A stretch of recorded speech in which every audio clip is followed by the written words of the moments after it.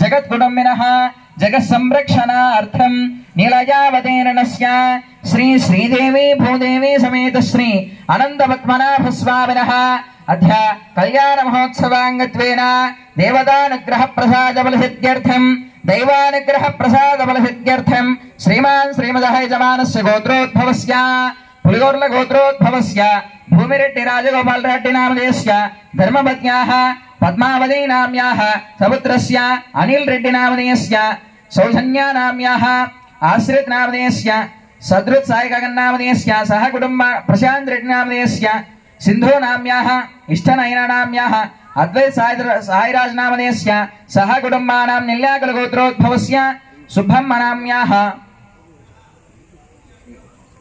नरसिंहारेड्डी नामधेयस्य प्रतिभा नाम्याः रामकृष्णारेड्डी नामधेयस्य पद्मजा नाम्याः रवींद्रारेड्डी नामधेयस्य सुमरा नाम्याः गणपति वेंकट त्रिशूल नामधेयस्य सह कुटुंबानां रावयाकुल गोत्रोद्भवस्य वेंकट सुब्बारेड्डी नामधेयस्य शारदा देवी नाम्याः वेंकट साई आश्रिता नाम्याः वेंकट शर्विता आसन नामधेयस्य सह पुट्नोल गोत्रोद्भवस्य नारायण रेड्डी नामधेयस्य रमणम्म नाम्याः लक्ष्मीनारायण रेड्डी नामधेयस्य स्वर्णलता नाम्याः रोहिता नाम्याः वरुण तेजारेड्डी नामधेयस्य సహ కుటుంబానాం ఇక్కడ ఉన్న వాళ్ళందరూ కూడా చక్కగా మీ యొక్క గోత్రనామాలు చెప్పుకోండి, స్మరించుకోండి. అలాగే మీ పెద్దవాళ్ళ పేర్లు, అలాగే మీ పిల్లల పేర్లు, అందరి పేర్లు కూడా చక్కగా స్మరించుకోండి. అందరూ కూడా చెప్పేది కూడా పలకండి. మమ అస్మాకం సహ కుటుంబానాం క్షేమ స్థైర్య ధైర్య విజయ అభయ ఆయుః आरोग्य ऐश्वर्य अभिवृद्ध्यर्थं धर्म अर्थ काम्य मोक्ष चतुर्विध फल पुरुषार्थ सिद्ध्यर्थं स्वामिनः श्री महालक्ष्मी समेत श्री अनंत पद्मनाभ स्वामिन् मम दैवानुग्रह सिद्ध्यर्थं स्वामिनः मम पुत्रस्य पुत्रिकस्य विद्या उद्योग आरंगत योग्यता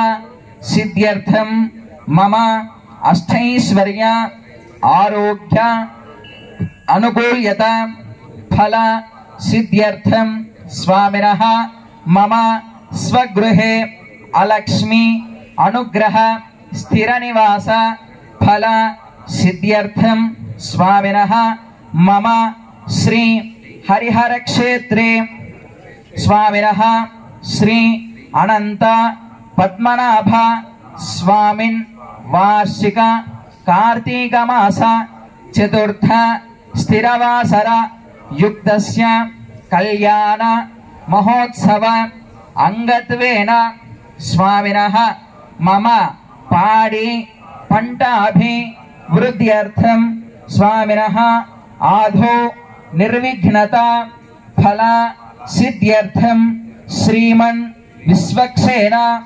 आराधनञ्च करिष्ये तदंग पात्रासादनञ्च करिष्ये इति संकल्प्या మనం చెప్పుకున్నటువంటి సంకల్పం మహాసంకల్పం.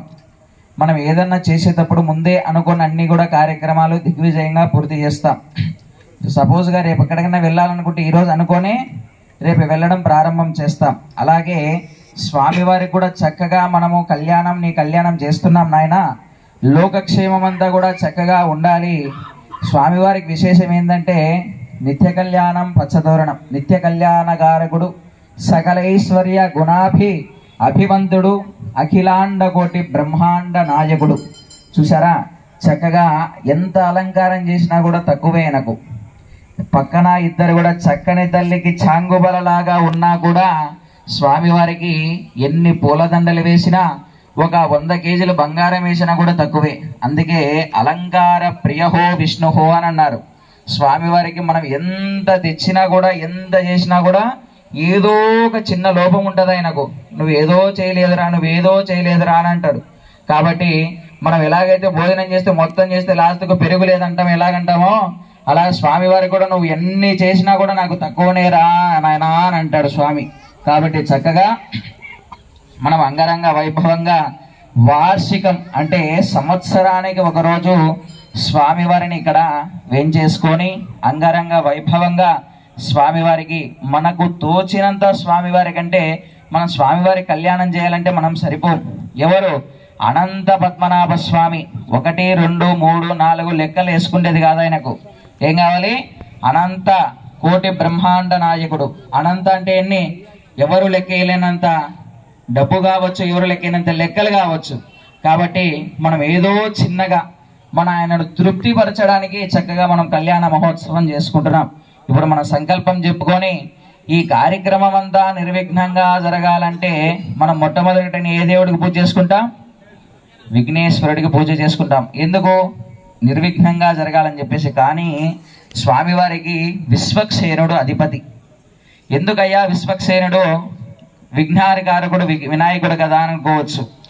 ఆయనకు చక్కగా ద్వారానికి వెళ్ళేటప్పుడు జయ విజయాలు ఉంటారు. ఎక్కడన్నా గుళ్ళో గమనించుంటారు. ఇట్లా పట్టుకొని గద పట్టుకొని ఉంటారు. అప్పుడు భక్తులందరూ వచ్చేసి డైరెక్ట్ స్వామిని ప్రశ్నిస్తున్నారు. ఇప్పుడు ఎవరన్నా పొలిటీషియన్ కానీ ఎవరన్నా పెద్దవాళ్ళు ఉన్నారు, డైరెక్ట్ వాళ్ళతో మాట్లాడతామా? మాట్లాడలేము కదా. ఒకరి ద్వారా వాళ్ళకి మనం కబురు పంపుతాం. అలాగా జయ విజయాల ద్వారా మనము స్వామివారికి తెలియపరచాలి మన బాధలు కానీ మన కష్టాలు కానీ అన్నీ కూడా. కానీ మనం ఏం చేస్తున్నామంటే డైరెక్ట్ స్వామి గోవిందా నాకు అది ఉంది, నాకు ఇది కావాలి, నాకు అది కావాలని డైరెక్ట్ చెప్తున్నాం. పక్కనే జయ విజయాలు ఉంటారు, వాళ్ళిద్దరి తరపున స్వామివారి దగ్గరికి వెళ్ళాలి. అప్పుడు వాళ్ళిద్దరు ఏమన్నారట?